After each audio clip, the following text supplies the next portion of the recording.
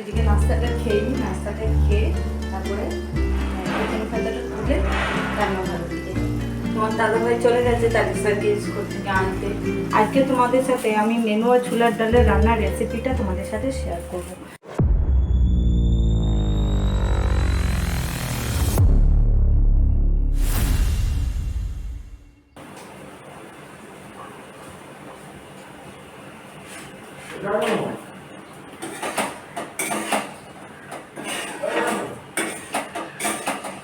Hello বন্ধুরা, good morning, আসসালামু আলাইকুম, welcome back to my new blog. তোমরা সবাই কেমন আছো? আশা করি খুব ভালো আছো, সুস্থ আছো।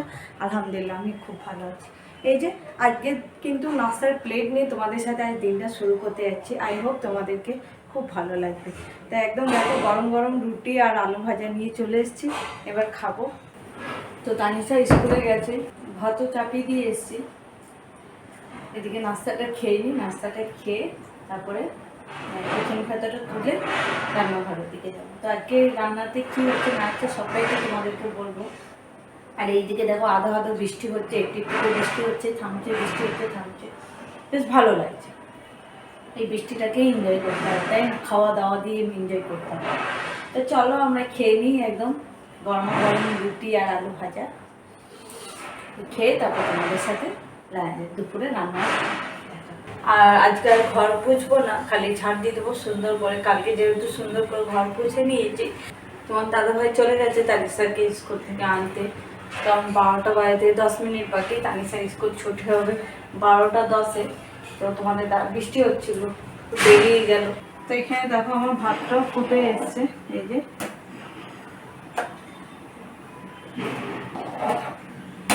ভাতটা ফুটে এসছে। আর আজকে রান্না হবে এই যে পটল আলু ভাজি। এখানে পটল আছে, আর এইখানে দেখো নেনুয়া আছে। নেনুয়া হয়তো অনেকজন চিনতে পারো না, আর অনেকজনই হয়তো চেনো। দেখো নেনুয়াগুলো এরকম হয়, নেনুয়া ঝিঙেরই মতন, কিন্তু এর গাটা একটু প্লেন। তো এই নেনুয়া দিয়ে আর ছোলার ডাল দিয়ে আজকে রান্না করব। নেনুয়া দিয়ে ছোলার ডাল দিয়ে যে এত চমৎকার রান্না হয় যে বলার কথা নেই। আজকে তোমাদের সাথে আমি নেনুয়া ছোলার ডালের রান্নার রেসিপিটা তোমাদের সাথে শেয়ার করব। তো চলো। আর এখানে দেখো তোমাদের দাদাভাই 200 ছোলার ডাল এনে দিয়েছে আমাকে। এই ছোলার ডাল এনে দিয়েছে, ছোলার ডাল দিয়ে নেনুয়া দিয়ে হবে, পটল আলু ভাজি আর একটা আলু আলু মাখা হবে।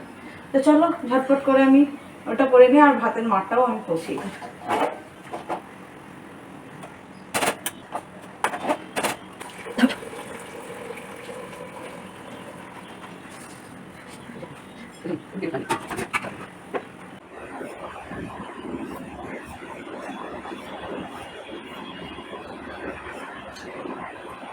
তো এরকম করে এক এক করে সব নেনুয়াগুলো কেটে নিই।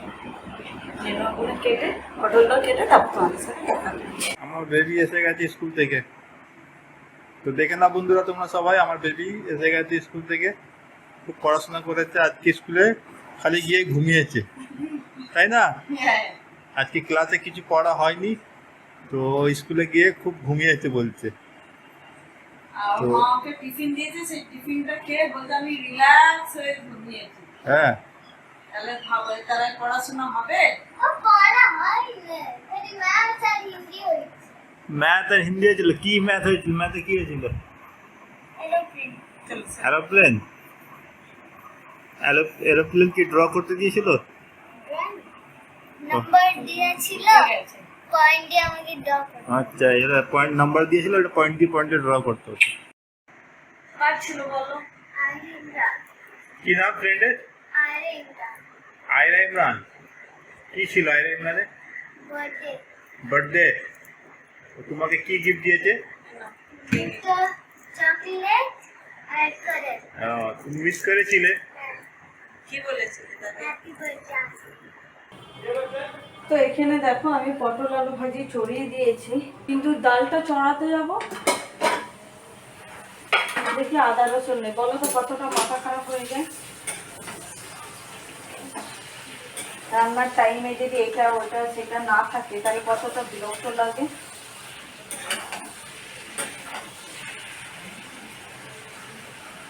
এখানে পটল আলু ভাজিটা সিদ্ধ হয়ে এসছে, এবার খালি ভাজবো। আর এখানে দেখো আদা রসুন কেটে নিয়েছে, আদা রসুনটা একটু পেস্ট করে নিই। আর এখানে দেখো ডালটাও ধুয়ে নিয়েছি।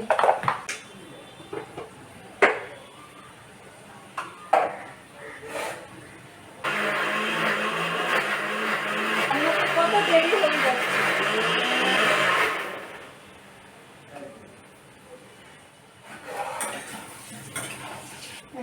আদা রসুনটা হয়ে গেছে, ব্যাস এটা এখন কিছুদিন করবো, 1 সপ্তাহ মতো।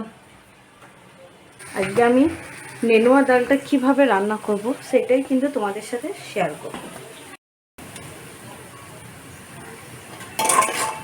তো এখানে দেখো আমি প্রেসার কুকারটা গরম করে আমি তেল দিয়েছি। তেল দেওয়ার পরে এখানে দেখো আমি তেজপাতা দিয়েছি, 2টো তেজপাতা আর 2টো এরকম শুকনো লঙ্কা দিবে, আর সামান্য একটু জিরে দিবে।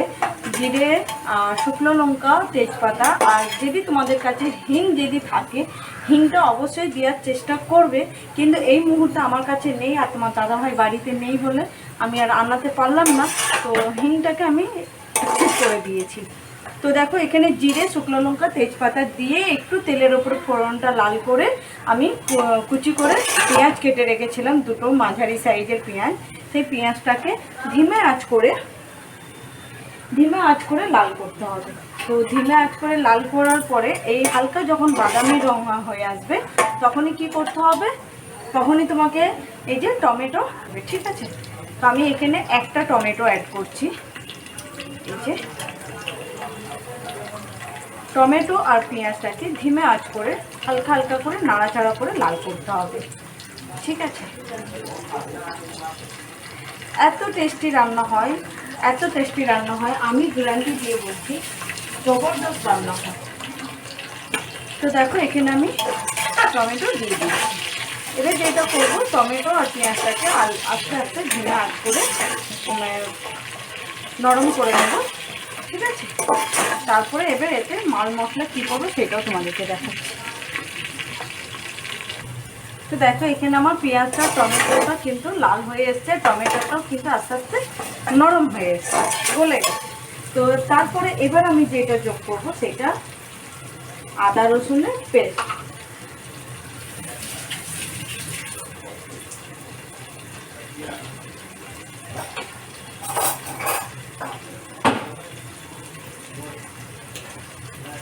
এই যে আমি এখানে দেখো 1 চামচ আদা রসুন বাটা দিয়ে দিচ্ছি।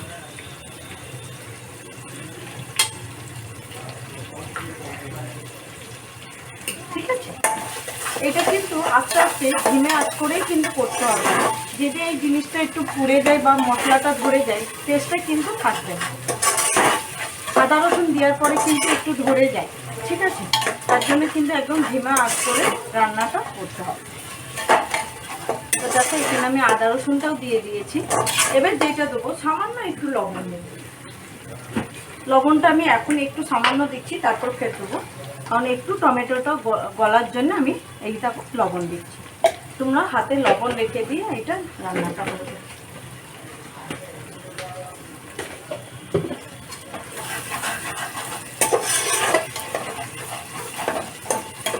এখানে আমার পটল আলু ভাজিটাও হয়ে গেছে।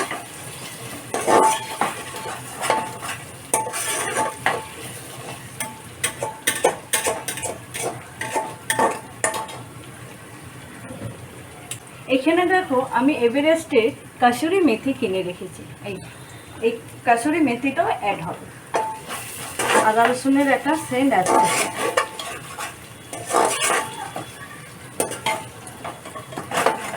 তোমরা এটা বাড়িতে অবশ্যই ট্রাই করবে, রান্না করবে, ভীষণ ভালো লাগবে। তো দেখো এবার আমি এক এক করে মশলা অ্যাড করব।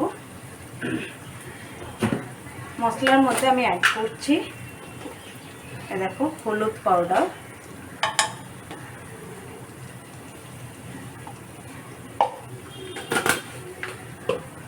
তারপরে অ্যাড করছি গুঁড়ো লঙ্কা, অল্প পরিমাণে দিয়েছি। কেউ যদি ঝাল খেতে, তো কিন্তু এটা ঝাল হলে একদমই ভালো লাগবে না, এটা একটু মিষ্টি মিষ্টি যেন। এখানে আমি হলুদ লঙ্কা গুঁড়ো দিয়ে দিয়েছি, আর দিচ্ছি 1 চামচ ধনে পাউডার। এই যে ধনে পাউডার,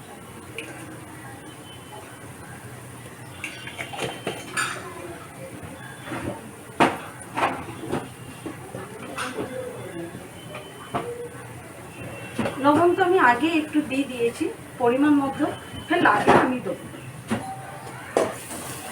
তো এখানে এবার মশলাটা আমি দেখো কষিয়ে নিচ্ছি।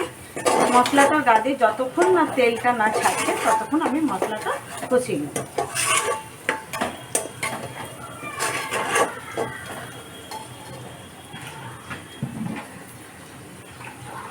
দেখো আমি সামান্য একটুকুনি খালি আমি জল অ্যাড করলাম।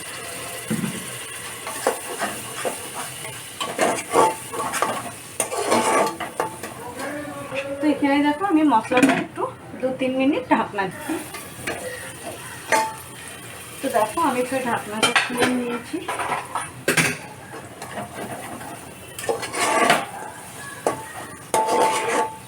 এখানটা আমি মশলাটা কষে আমি তেল ছেড়ে দিয়েছে, আর তারপরে আমি কাসুরি মেথিটা দিয়ে দিয়েছি। এই যে এবার যে ধুয়ে রাখা যে ছোলার ডালটা আছে, ছোলার ডালটা এবার মশলার সাথে অ্যাড করে দিচ্ছি। দেখো ফোনটা একটু প্রবলেম হয়ে গেছিলো, গরম হয়ে গেছিলো ফোনটা, ওই জন্য ভিডিওটা হচ্ছিল না। তো এখানে দেখো আমি ছোলার ডালটা অ্যাড করে দিয়েছি। এবার এইটাকে একটু মশলার সাথে কষে নেওয়ার পরে তো আমি রাঁধতে একটা প্রবলেমে পড়ে গেছিলাম। যে প্রবলেমটা হলো এইটাই, যে আমার এই যে প্রেসার কুকারটা ছিল, আমার এই প্রেসার কুকারটা আমাকে ধোকা দিয়ে দিল রান্না করার সময়। যেহেতু আমার সিটিটা খারাপ ছিল, কালকে মা ফের নিজে চেঞ্জ করে নিয়েছে, ঠিক করে নিয়ে এসছে। তারপরে ফের এখন আমি রান্না করছি, তো সিটি আর ধরছে না, ছোলার ডালটা দেখছি গলছে না। তো কি করলাম, ফের আবার তোমাদের দাদাভাইকে ফোন করলাম। তোমাদের দাদাভাই ছিল বড় বাজারে, তো বড় বাজারে ওকে আমি ফোন করলাম যে তুমি কোথায় আছো, যে একটু আসলে তাড়াতাড়ি আসলে ভালো হয়। ছোলার ডাল রাঁধতে রান্না অফ করে দিয়েছি। কেন, কি হয়েছে না, এই হয়েছে। তো ওকে বলতে কী করলো, আমার ননদকে ফের আমি ফোন করে বললাম আসার সময় তোমাদের দাদাভাই আবার আমার ননদের কাছে দিয়ে প্রেসার কুকারটা আমার এনে দিয়েছে। তো দেখো এখানে প্রেসার কুকারে এনে দিয়ে আমি আর দেখানো তোমাদেরকে সময় পাইনি, তবু আমি তোমাদেরকে বলে দিচ্ছি। সামান্য একটুখানি জল দিয়ে আমি একটু ছোলার ডালটা সিদ্ধ করে নিয়েছি। দেখো, কারণ ছোলার ডালটা আবার গেলেও মাখো হয়ে গেলে জিনিসটা আর ভালো লাগবে না, যেন একটু গোটা গোটা থাকে। তো দেখো এখানে আমি 2টো সিটি মেরে নিয়েছি। তাতে এবার কী করবো, এই যে কেটে রাখা নেনুয়াটা অ্যাড করছি। এই যে এটা কষে যতক্ষণ তেল না ছাড়ছে আমি এটা কষতে থাকবো, ঠিক আছে? আর কিচ্ছু না, সিম্পল, খালি একটু মানে লাগার মধ্যে বাইরের জিনিস লাগছে, কাসুরি মেথি আর ওই হিং যদি থাকে তো দিবে, না থাকে তো দেওয়ার দরকার নেই, আমি তো দিই। তো এটা তারা আমি কষিয়ে তারে। তো এখানে দেখো আমার নেনুয়াটা কিন্তু কষতেই গলে গেছে, দেখেছো? আমার হয়ে গেছে রান্নাটা। তো এবার এতে আমি অ্যাড করছি সামান্য গরম মশলা,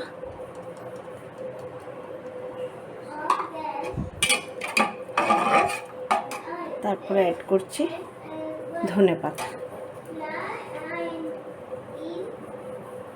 ধনে পাতাটা অবশ্যই দিবে।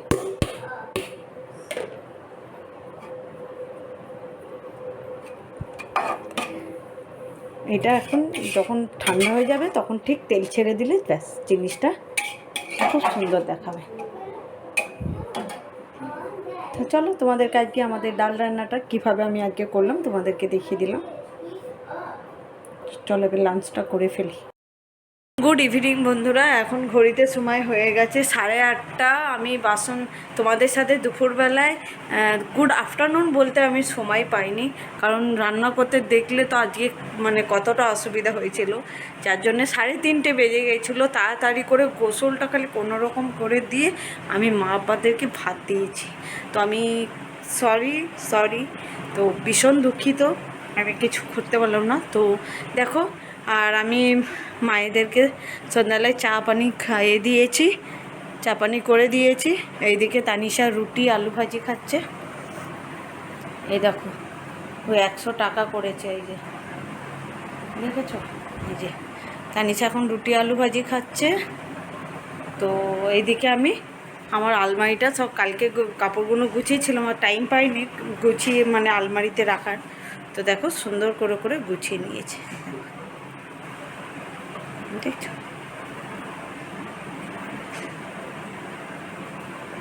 জায়গার জিনিস পাটকে পাট ভাঁজ করে তুলে দিয়েছি।